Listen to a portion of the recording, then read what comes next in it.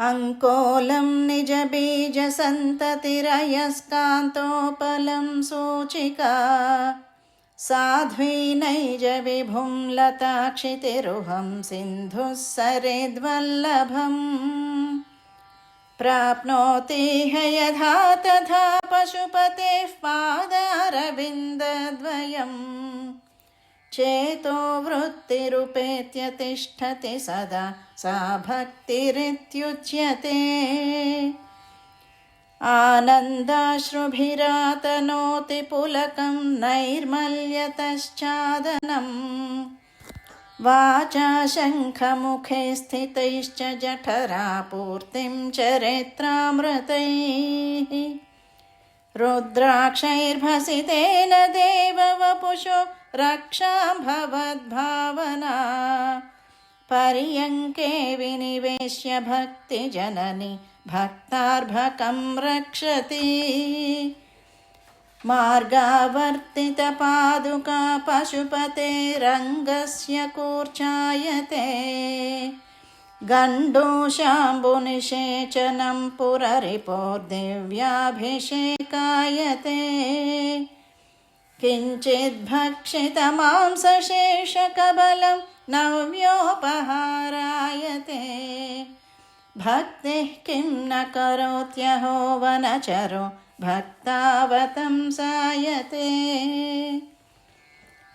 वक्षस्ताडनमन्तकस्य कठिनापस्मारसम्मर्दनम् भूभृत्पर्यटनं न मत्सुरशिरः कोटिरसङ्घर्षणम्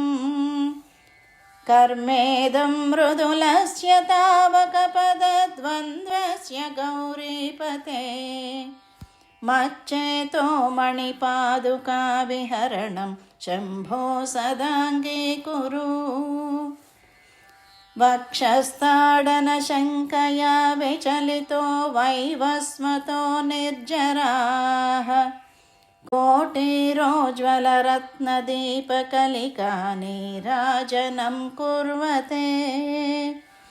दृष्ट्वा मुक्तिवधूस्तनोति निभृताश्लेषं भवानीपते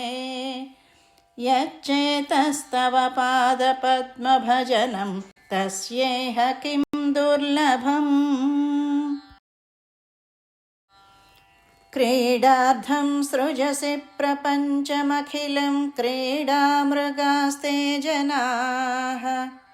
यत्कर्माचरितं मया च भवतः प्रीत्यै भवत्येव तत् शम्भो स्वस्य कुतूहलस्य करणं मच्चेष्टितं निश्चितम् तस्मान्मामकरक्षणं पशुपते कर्तव्यमेव त्वया बहुविधपरितोषबाष्पपूरस्फुटपुलकाङ्कितचारुभोगभूमिं चिरपदफलकाङ्क्षि सेव्यमानां परमसदाशिव भावनां प्रपद्ये अमितमुदमृतं मुहुर्दुहन्तीं विमलभवत्पदगोष्ठमावसन्तीं सदय पशुपते सुपुण्यपाकां मम परिपालय भक्तिधेनुमेका जडता पशुता कलङ्किता कुटिलचरत्वं च नास्ति मयि देव अस्ति यदि राजमौले भवदाभरणस्य नास्मि किं पात्रम्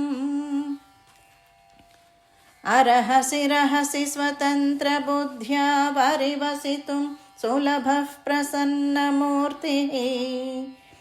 अगणितफलदायकः प्रभुर्मे जगदधिको हृदि राजशेखरोऽस्ति।